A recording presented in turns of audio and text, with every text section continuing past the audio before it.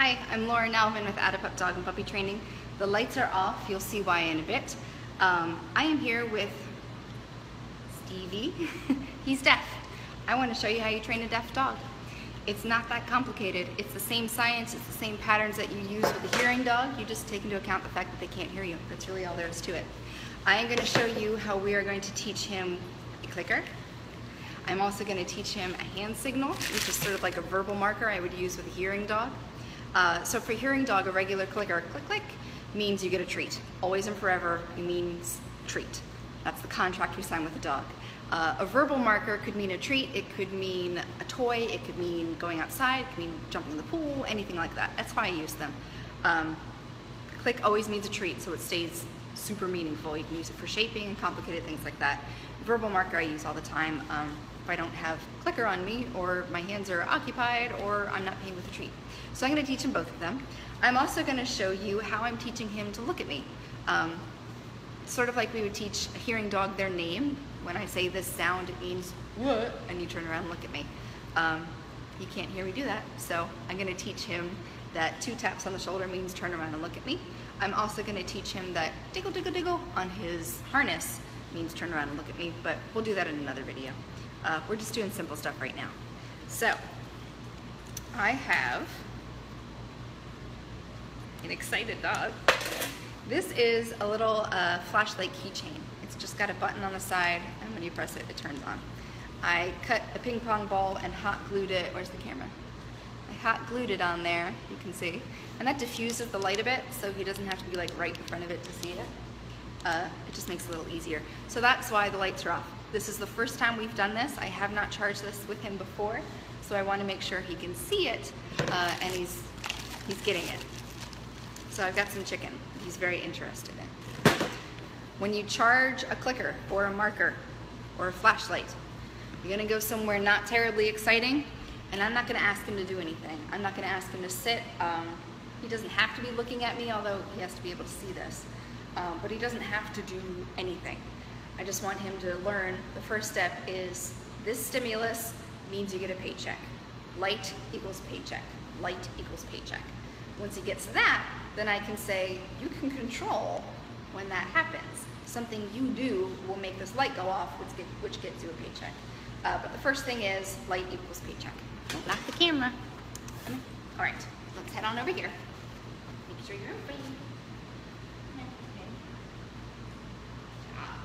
I actually want to keep it out. I don't want the presentation of the flashlight to be a distinguishing stimulus.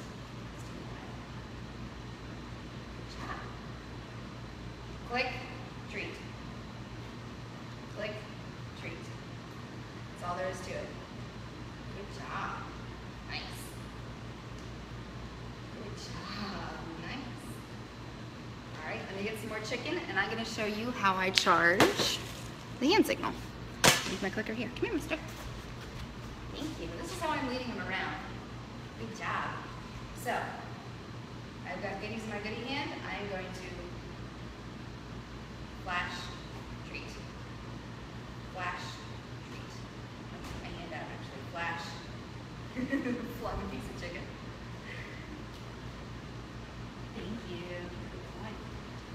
All right, flash, treat. Flash, treat. Flash, treat, etc.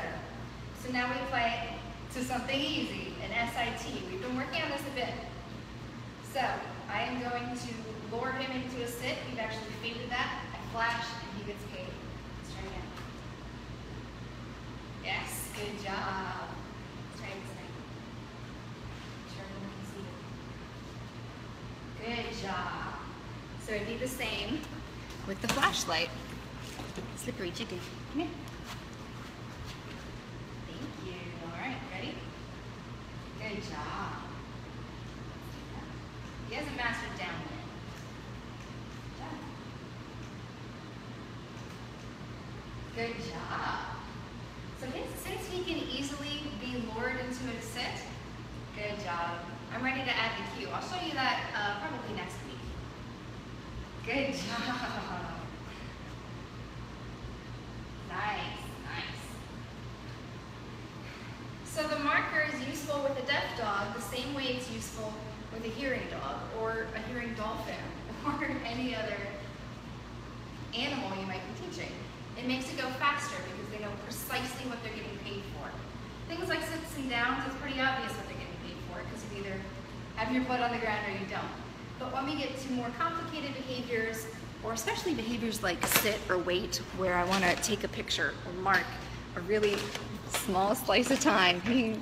We should do food manners. The mark is perfect for that. So we introduce it with something easy, and then we apply it to anything. Once he figures out that means paychecks, and I can control when that happens, the world is your oyster. There's nothing you can't teach him. So I'm going to show you how I'm teaching him attention. I'm going to toss a little goodie on the ground to get his attention off of me. I'm going to tap tap on his shoulder. Yeah, I just did it. He looked. And then when he looks at me, I might flash or I might just pay him. A marker isn't necessary. It just, like I said, it's way more efficient training. It's the difference between driving to the grocery store and walking there. Environmental concerns aside, you can get there a lot faster and you can get a lot more grocery shopping done. He's like a bowl in the china shop. You're very floppy. Okay, come here. Yes, thank you. All right. Good boy, I'll pay that. I'm going to toss something on the ground. Let me see him. Tap, tap. Good job. I'm going to toss it. No. Good job.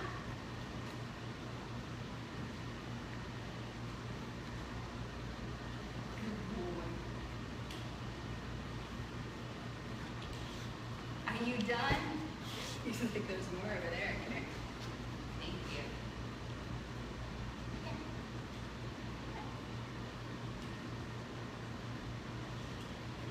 Yes, good job. Yes, good job. I'm also doing all done. Good job. Which means we're done. I'm gonna hide this chicken.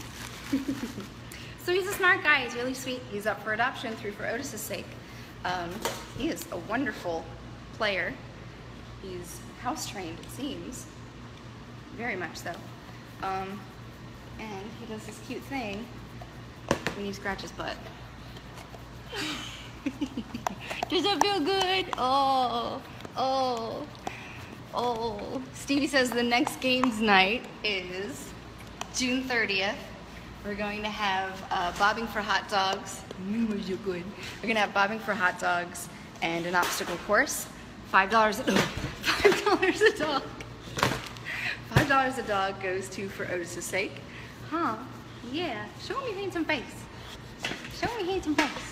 Look how you do. You're so good. You might have seen we just hired 2 new trainers, Anne and Heather.